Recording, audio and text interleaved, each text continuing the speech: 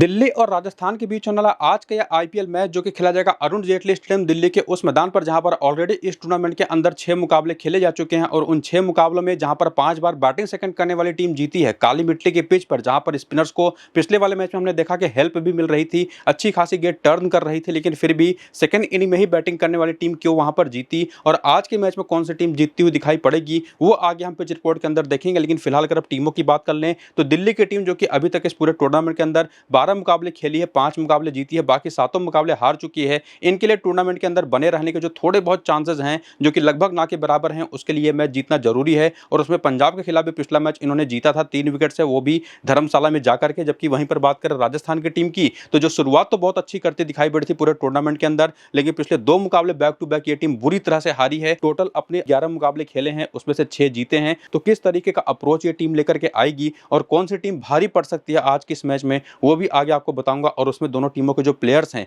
कौन से सेफ होंगे, कौन से डिफरेंशियल होंगे, और अगर आपको मल्टीपल टीमें बनानी है तो उसके लिए भी ये वीडियो शुरू से अंत तक पूरा देखिएगा, क्योंकि वहां पर आपको मैं बताने वाला हूं कि कौन से ऐसे प्लेयर हैं जिनको किसी किसी कंडीशन में रोटेट करके आपको कई सारी टीमें बना सकते हैं और शानदार रैंक लेकर के आ सकते हैं। फिलहाल आज का जो मैच है जो 17 तारीख को खेला जाएगा शाम के 7:30 बजे से, यहाँ पर ऑलरेडी 6 मुकाबले खेले जा चुके हैं और जिसका कंक्लूजन आपको मैंने वीडियो के शुरू में ही बता दिया कि अब यहाँ तक आते आते छठे मैच तक हमने साफ साफ देख लिया कि स्पिनर्स को अच्छी खासी हेल्प यहाँ पर मिल रही है। और जब गेंद पुरानी हो जाती है जो तेज गेंदबाजों की भी जो बॉलें हैं वो पिच पर फंस करके बल्ले तक आती है, कटर्स जो होंगी, स्लोअर वंस जो होंगी वो काफी हद तक ग्रिप करती हैं पिच के ऊपर। और इसी वजह से पहली इनिंग के बॉलिंग में खास करके हमने ये देखा है कि रन बनाने मिडिल ओवर्स में उतने आसान होते नहीं। और वही सबसे बड़ा रीजन है कि पहली इनिंग में अभी तक जितनी भी टीमों ने यहाँ पर बैटिंग करी है, और इवन दिल्ली की टीम ने यहाँ पर जब 264 रन बना दिए थे ना, तो इनकी शुरुआत तो ऐसी हुई थी जहां पर अगर आपको याद हो तो केएल राहुल ने 150 प्लस की पारी खेली थी। एक बार लग रहा था कि ये टीम 275, 280 और इवन 290 तक भी जा सकती है,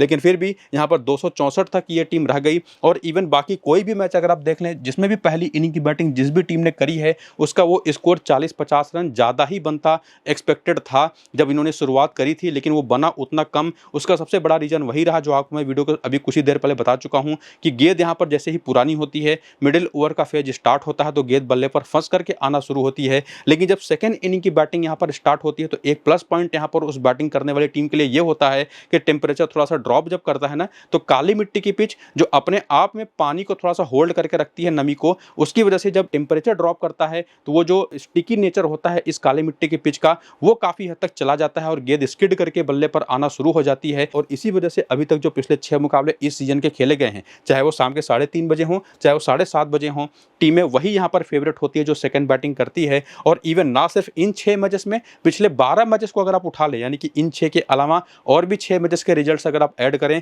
तो उसमें भी देखेंगे तो 10 मैचेस यहाँ पर बैटिंग सेकंड करने वाली टीमें ही जीती हैं। और इन 6 मुकाबलों में अभी तक स्पिन को 21 विकेटें, पहली इनिंग में 11, सेकंड इनिंग में 10, जबकि तेज गेंदबाजों को 31 विकेटें मिली हैं और उसमें से भी 24 विकेटें पहली इनिंग के अंदर, जो कि क्लियर आपको कर देती है कि कौन सी टीम यहाँ पर फेवरेट होगी। तो काफी हद तक एक ऐसे मैदान पर जहां पर टॉस का बड़ा रोल होता है किसी भी टीम के लिए किसी भी मैच को जीतने में, तो वो वहां पर कौन सी टीम टॉस जीतेगी और किसकी पहले बैटिंग या बॉलिंग होगी उसको देखते हुए, और कौन सी पिच आज के इस मैच में मिलेगी और उस पर कितने मुकाबले ऑलरेडी खेले जा चुके हैं और या फ्रेश पिच है, उसका भी जो अपडेट होगा वो आपको मैं टेलीग्राम और व्हाट्सएप पर टॉस के बाद दे दूंगा। और अपनी मेरी जो फाइनल टीम बनेगी वो भी टेलीग्राम और व्हाट्सएप पर ही दूंगा। तो जाइए नीचे इसी वीडियो के डिस्क्रिप्शन में भी और कमेंट बॉक्स में जो पिन किया हुआ कमेंट है, लिंक आपको वहां पर मेरे टेलीग्राम और व्हाट्सएप चैनल का मिल जाएगा, क्लिक करके उसको जल्दी से ज्वाइन हो जाइए। फिलहाल आइए आगे बात करते हैं सबसे पहले दिल्ली की टीम के, जिनका प्रोबेबल लाइनअप आपके सामने है। और काफी सारे चेंजेस इन्होंने पिछले वाले मुकाबले में कम से कम 5 चेंजेस किए थे और पिछले मैच में तो उन्होंने अभिषेक पोरेल को भी खिला लिया, साहिल परख को भी खिला लिया, हालांकि कुछ खास फायदा इसका हुआ नहीं।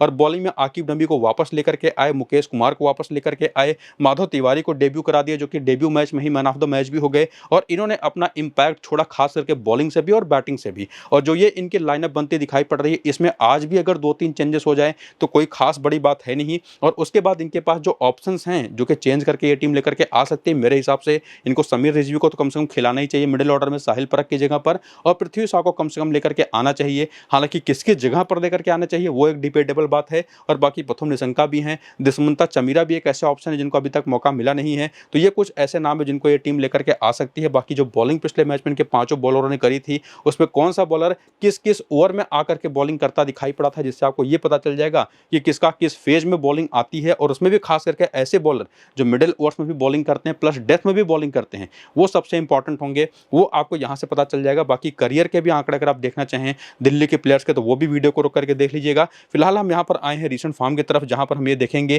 कि अभी तक जो इस पूरे टूर्नामेंट के अंदर ये टीम जो 12 मुकाबले खेल करके 5 मुकाबले जीती है, पिछले मैच में पंजाब को हरा करके यहाँ पर पहुंची है, कैसे फॉर्म में इनके प्लेयर्स हैं। तो उसमें एक चीज़ तो कम से कम आपको क्लियर होगी, एक तो जो अभिषेक पोरेल हैं, उनको पिछली मैच में जब मौका मिला तो दूसरा मौका था जब इस आईपीएल में खेले थे, उसके पहले डोमेस्टिक सीजन इनका बहुत अच्छा गया था। और उसके अलावा साहिल परख ये कुछ खास कमाल करते दिखाई पड़े नहीं हैं। और उसमें ट्रिस्टन स्टफ भी जो कि शुरुआत में बहुत अच्छे फॉर्म में थे, पिछले 2 मैच में उतना बेहतर कर नहीं पाए हैं। और इवन केएल राहुल भी, अगर आप इनके भी पिछले 3 मुकाबले देखें तो टोटल फेलियर ही ये साबित हुए हैं। जो इनसे एक्सपेक्टेशंस रही हैं उसके ऊपर ये बिल्कुल भी खरे उतरे नहीं हैं। लेकिन अक्षर पटेल ने ना, जो कि शुरुआत से ही बिल्कुल इनसे बैटिंग हो ही नहीं रही थी इस टूर्नामेंट के अंदर, बॉलिंग भी बहुत कम कर रहे थे और कर भी रहे थे तो विकेटें उतनी निकाल नहीं पा रहे थे। उसमें इन्होंने पिछले मैच में दिखाया 56 रन की शानदार पारी खेल करके, और वो मैच था धर्मशाला में। और धर्मशाला में तो स्पिनर्स को बॉलिंग मिल ही नहीं रही है, विकेटें भी नहीं मिल रही, और वहां पर इन्होंने बॉलिंग करी भी नहीं, उसकी जरूरत भी नहीं पड़ी इनको। और 56 रन की बहुत ही कमाल की पारी इन्होंने खेली और बहुत अच्छे टच में दिखाई पड़े। और इवन डेविड मिलर ने भी काफी शानदार 51 रन की पारी खेली।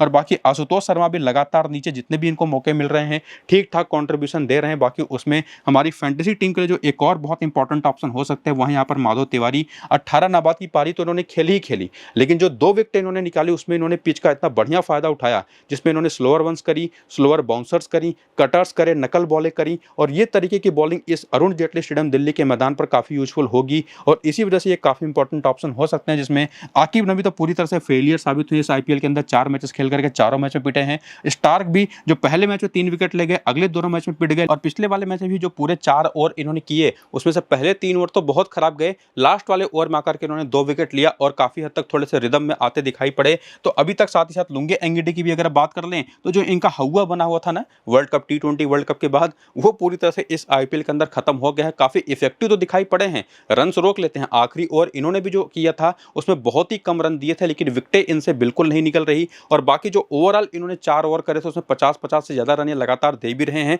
लेकिन फिर भी अगर आप यूटिलिटी देखें इस पूरी दिल्ली की टीम में प्लेयर्स की, तो चाहे मिचेल स्टार्क हो, चाहे लुंगी एंगिडी हो, और इवन माधव तिवारी हो, और इनके अलावा अक्षर पटेल और डेविड मिलर हो, ये कुल मिलाकर के 5 ऐसे प्लेयर्स हैं जो कि काफी हद तक इस तरीके के प्लेयर बन जाते हैं आपके लिए, जिनको अगर अपनी टीम में लेकर के जाएं तो कुछ ना कुछ तो आपके पॉइंट्स यहां पर बनते दिखाई पड़ेंगे। जिसमें से लुंगी एंगिडी की जहां पर अगर आप चाहें तो ट्रिस्टन स्टफ्स को भी प्रेफर कर सकते हैं, जो कि टॉप ऑर्डर पर बैटिंग भी करेंगे। हालांकि हमको ये देखना पड़ेगा कि बैटिंग ऑर्डर इनका किस तरीके से आज के इस मैच पर रहेगा और उसमें क्या चेंजेस ये टीम करेगी। हालांकि इसमें केएल राहुल को लेकर के मुझे कोई डाउट नहीं है, जिनको मैं अपनी टीम में सीधा लेकर के जाऊंगा। और अभी के लिए जो फिलहाल जैसा फॉर्म प्लेयर्स का चल रहा है और उसमें जिनकी जो इनकी यूटिलिटी है उसके हिसाब से मैं आपको यही कहूंगा कि केएल राहुल को, साथ ही साथ यहाँ पर ट्रिस्टन स्टफ्स को, अक्षर पटेल को अपनी टीम में आप पिक कर सकते हैं। और उसमें माधव तिवारी, मिचेल स्टार्क को, लुंगी एंगिडी को भी टीम में लेके जा सकते हैं। अब डिपेंड यही करेगा कि आप किसके ऊपर किसको ज्यादा प्रेफर करना चाहेंगे, या तो आप डेविड मिलर को लेकर के चले जाइएगा और या तो ट्रिस्टन स्टफ्स को। हालांकि वो चीज आप लुंगी एंगिडी के साथ भी कर सकते हैं कि एंगिडी को ड्रॉप करके आप डेविड मिलर को अपनी टीम में रख सकते हैं।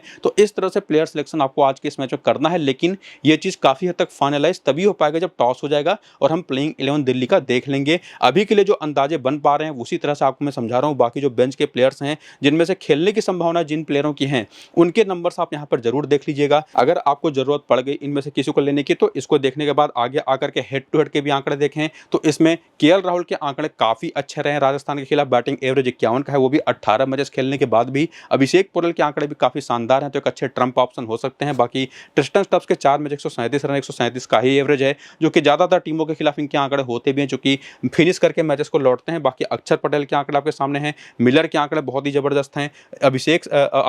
आशुतोष शर्मा के 4 मैच पर 88 रन है, और उसके बाद यहाँ पर मुकेश कुमार के 4 मैच 5 विकेट हैं। मिचेल स्टार्क के नंबर आप देख लीजिए, एंगिडी के आंकड़े आप देख लीजिए, पतुम निसंगा के 1 मैच में 62 रन है। और इसके बाद वेन्यू के नंबर अगर आप देखना चाहें तो वो भी आपके सामने के अरुण जेटली स्टेडियम दिल्ली के इस मैदान पर जो आंकड़े रहे हैं बाकी दिल्ली के प्लेयर्स के सारे प्लेयर्स के, उसमें चाहे ट्रिस्टन स्टफ्स हो, अभिषेक पोरेल हो, केएल राहुल हो, और इवन यहाँ पर तो अक्षर पटेल के आंकड़े भी काफी ठीक ठाक है, मिलर के भी आंकड़े काफी अच्छे हैं। यहाँ पर आशुतोष के आंकड़े बहुत ही खराब है, बॉलिंग में मुकेश कुमार यहाँ पर काफी अच्छा डोमिनेट करते हैं, लेकिन काफी हद तक एवरेज नंबर से आप उसको कहेंगे। यहाँ पर मिचेल स्टार्क, लुंगी एंगिडी भी असर छोड़ते दिखाई पड़े हैं, लेकिन प्लेयर बैटल में आकर के देखें तो इनके जो बैटिंग लाइनअप है अब उसमें कौन खेलेगा कौन नहीं खेलेगा वही एक डाउट है। लेकिन कम से कम एक चीज तो पक्के तौर पर आप कह सकते हैं कि ये जो टीम है ना दिल्ली की टीम, स्पिन खेलने के मामले में अगर आप पूरे आईपीएल के अंदर देखें तो दूसरे या तीसरे नंबर पर भी आप इनको रख सकते हैं। यानी कि इनके जो बैटिंग यूनिट है वो स्पिन को ओवरऑल काफी बेहतर खेलती है। इसमें नीतीश राणा जरूर एक ऐसे नाम है जो स्पिन के ऊपर फंसते हैं। बाकी प्लेयर्स में अगर हम बात करें तो ओकेजनली आउट तो होते हैं स्पिनर्स के ऊपर, लेकिन खेलने के मामले में अगर हम बात करें तो स्पिन बहुत अच्छी खेलते हैं। लेकिन यहाँ पर तो रियल प्रॉब्लम वही है इस पिच के ऊपर जहाँ पर तेज गेंदबाजों की गेंदें फंस करके आती है। बाकी जो इंडिविजुअल बॉलर्स हैं जिनके पास अच्छी पेस है, अच्छी पेस वेरिएशन है, वो इनको आउट करते हैं, जिसमें से केएल राहुल के नंबर्स तो वैसे भी दोनों ही तेज गेंदबाजों के खिलाफ काफी शानदार है। बाकी जडेजा ने एक बार सस्ते में पथुम निशंका को आउट किया है। बाकी नीतीश राणा तो तुषार देशपांडे पर एक बार रवि बिश्नोई पर और बाएं हाथ की तेज गेंदबाजी पर और लेग स्पिन पर ओवरऑल फंसते ही फंसते हैं। और उसके बाद जो इनके बैटर्स हैं वो भी स्पिन ओवरऑल अच्छी ही खेलते हैं, लेकिन उसमें भी रवि बिश्नोई का नाम आपको फिर भी दिखाई पड़ जाएगा, लेग स्पिन आपको फिर भी दिखाई पड़ जाएगी। तो सामने की टीम की तरफ से जो राजस्थान की है, एक तो left arm Orthodox bowler Ravindra Jadeja जो बैटिंग से भी बड़ा रोल प्ले कर रहे हैं फिलहाल, और साथ ही साथ अगर रवि बिश्नोई जो कि पिछले कुछ मैचेस से लगातार नहीं खेल रहे हैं, आज अच्छे चांसेस हैं या तो उनको आप पिक कर सकते हैं, और अगर रवि बिश्नोई नहीं खेलते हैं तो यशराज पुंजा उनकी तरफ से खेल रहे हैं फिलहाल, उनको भी आप ट्राई कर सकते हैं इस पूरे प्लेयर बैटल के आंकड़े को देखने के बाद। और इस तरह से दिल्ली की टीम को कंप्लीटली समझ करके अगर आप यहां पर आए राजस्थान की टीम की तरफ और इनका लाइनअप अगर आप 12 प्लेयरों का देखें, और काफी लंबा ब्रेक रहा था इनका पिछले मैच में और आज के इस मैच में, तो पिछले वाले मैच में वही यशराज पुंजा ही आए थे इंपैक्ट प्लेयर के तौर पर, जो कि एक लेग स्पिनर के तौर पर खेल रहे और अच्छी खासी बॉलिंग भी करते हैं। एक्चुअली इनको एक मिस्ट्री स्पिनर के तौर पर आप ट्रीट कर सकते हैं। और बाकी बैटिंग ऑर्डर में आपको यहाँ पर रियान पराग भी पिछला मैच नहीं खेले थे, और आज पूरी उम्मीद है कि आपको ये वापस आते दिखाई पड़ेंगे सिमरन हेटमायर की जगह पर। और बाकी बॉलिंग लाइनअप में भी क्या चेंजेस ये टीम करेगी वो भी देखना पड़ेगा, काफी इंटरेस्टिंग है, चूंकि बॉलिंग इनकी क्लिक नहीं कर पा रही फिलहाल पिछले कुछ मैचेस से, और ऑप्शंस इनके पास जो है बेंच पर वो भी आप यहाँ पर देख सकते हैं। और जो पिछले मैच में बॉलिंग खेली थी उसने कहां पर कितने किस किस ओवर में आकर के बॉलिंग करे थे सभी बॉलर्स ने बेसिकली, वो नंबर्स आप यहाँ पर वीडियो को रोक करके देख सकते हैं, जिसमें करियर के आंकड़े भी आपके सामने हैं, जिसको रोक करके आप देख लीजिएगा। लेकिन मैं फिलहाल यहाँ पर बात करूंगा अभी रिसेंट फॉर्म की, और जैसा आपको मैं बता भी चुका हूँ कि जो राजस्थान की टीम है 11 मुकाबले खेली है, 6 जीती है, 5 हारी है, और जो पिछले 2 मुकाबले लगातार ये टीम हारी है उसमें इनको काफी तगड़ा डेंट लगा भी है इनकी संभावनाओं को खास करके प्लेऑफ में जाने के लिए, जिसमें इनके जो टॉप ऑर्डर के बैटर्स है पिछले 2 मैच में खास करके उतना बेहतर कर नहीं पाए, लेकिन फिर भी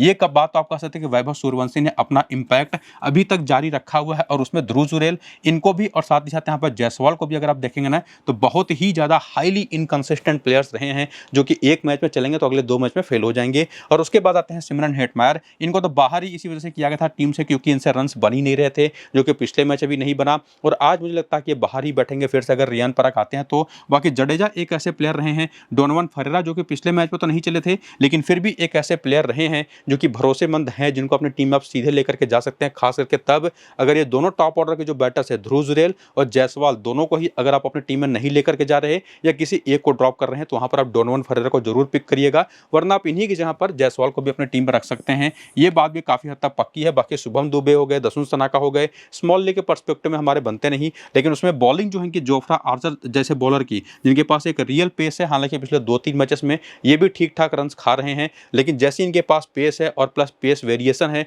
वो इस पिच के ऊपर काफी काम आ सकती है। सेम चीज यहाँ पर तुषार देशपांडे को भी लेकर के आप कह तो सकते हैं, लेकिन कुछ खास फायदा ये बॉलिंग में अभी तक दे नहीं पाए अपनी टीम को, लेकिन वो चीज ब्रजेश शर्मा कर सकते हैं जिन्होंने पिछले मैच में 2 विकेट लिया था। और यशराज पुंजा के बारे में भी आपको मैं पीछे डिस्कस कर ही चुका हूं कि अगर ये खेलते हैं तो ये, वरना रवि बिश्नोई अगर खेलते हैं टीम के अंदर तो आप इनको भी पिक कर सकते हैं अपनी टीम में। हालांकि बिश्नोई के भी जो लास्ट के 2 मैचेस गए थे और जिसकी वजह से टीम से बाहर भी गए हैं वो काफी खराब रहे थे, तो इस टीम के अंदर भी जिनका फॉर्म बहुत अच्छा नहीं है, फिर भी अगर आप यहाँ पर देखेंगे तो 6 से 7 प्लेयर तो ऐसे आपको मिल ही जाते हैं जो कि काफी आसानी से आपकी फैंटेसी टीम में आ सकते हैं। लेकिन आगे बढ़ते हुए जब थोड़ा सा और कंक्लूड करने के लिए हेड टू हेड के आंकड़े अगर आप देखेंगे तो चाहे जायसवाल हो और चाहे इवन सूर्यवंशी हो, एक मैच खेलने दिल्ली के खिलाफ नहीं चले हैं, और उसमें ध्रुव जुरैल 4 मैच में 96 रन है, 32 का एवरेज है। सिमरन हेटमायर के आंकड़े बहुत ही पुअर हैं। रविंद्र जडेजा के आंकड़े फिर भी काफी बेहतर आपको दिखाई पड़ेंगे, डोनोवन फरेरा के अच्छे दिखाई पड़ जाएंगे, लेकिन शुभम दुबे फेल रहे हैं। आर्चर के आंकड़े आपको बेहतर दिखाई पड़ जाएंगे। तो ओवरऑल इस पूरे डेटा को अगर आप स्कैन करें तो जो राजस्थान की टीम है ना वो दिल्ली के खिलाफ उतना बेहतर कभी करते दिखाई पड़ी नहीं है,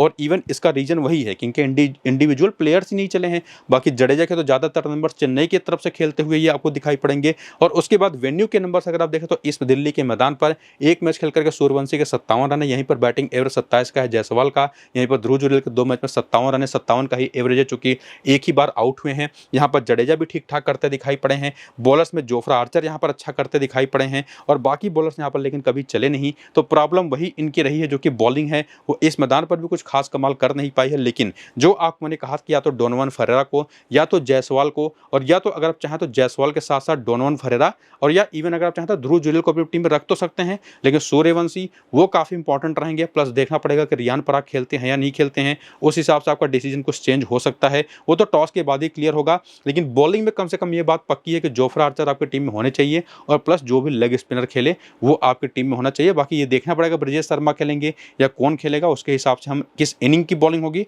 उसके हिसाब से चीज़ें तय कर सकते हैं। लेकिन उसमें भी पिच रिपोर्ट में ही आपने देखा था कि पेसर्स केवल पहली इनिंग में ही इफेक्टिव हैं, और खास करके वो पेसर्स जो स्लोअर वन से विकेट निकालते हैं इस पिच के ऊपर। तो किस इनिंग की बॉलिंग होगी उस पर भी काफ़ी सारी चीज़ें डिपेंड करेंगी। बाकी प्लेयर बैटल अगर आप देखेंगे इस राजस्थान की टीम के प्लेयर्स का, तो बाएं हाथ की तेज गेंदबाजी और right arm off spin bowling काफ़ी यूजफुल हो सकती है। हालांकि लेफ्ट आर्म ऑर्थोडॉक्स पर भी ये दोनों के दोनों लेफ्ट हैंडर्स आउट होते हैं। ध्रुव जुरेल के भी स्पिन के खिलाफ आंकड़े बहुत ही खराब हैं। और उसके बाद रियान पराग, सिमरन हेटमायर और जडेजा के भी खिलाफ आंकड़े अगर आप देखें तो हालांकि कुलदीप यादव खेलेंगे तब तो कुछ खास असर वो छोड़ सकते हैं। हालांकि उनका इस मैदान पर आंकड़ा बहुत ही खराब है। लेकिन जो बाएं हाथ के तेज गेंदबाज हैं जिसमें मिचेल स्टार्क जैसा नाम सामने की टीम में है वो बहुत यूजफुल हो सकता है। और प्लस अक्षर पटेल वो एक तगड़ा कॉम्बिनेशन बना सकते हैं। लेग स्पिन का कोई ऑप्शन ऐसा रेगुलर बॉलिंग करने वाला है नहीं सामने की टीम में, वरना भी वो भी यूजफुल होता। लेकिन फिर भी जो भी टॉस की बात के अपडेट्स होंगे चूंकि पिच के ऊपर ही डिपेंड करेगा और किस टीम की पहले या सेकंड बॉलिंग होगी उस पर ही रिजल्ट्स काफ़ी हद तक डिपेंड करने वाले हैं इस मैदान पर। तो जो भी अपडेट्स होंगे पिच रिपोर्ट को लेकर के, टॉस को लेकर के और मेरी अपनी फाइनल टीम को लेकर के, वो आपको मैं टेलीग्राम और व्हाट्सएप पर दूंगा। तो जाकर के दोनों को ज्वाइन करिए, नीचे डिस्क्रिप्शन में पिन कमेंट में लिंक है। बाकी वीडियो शुरू से अंत तक पूरा जरूर देखिएगा। चलते हैं, नमस्कार।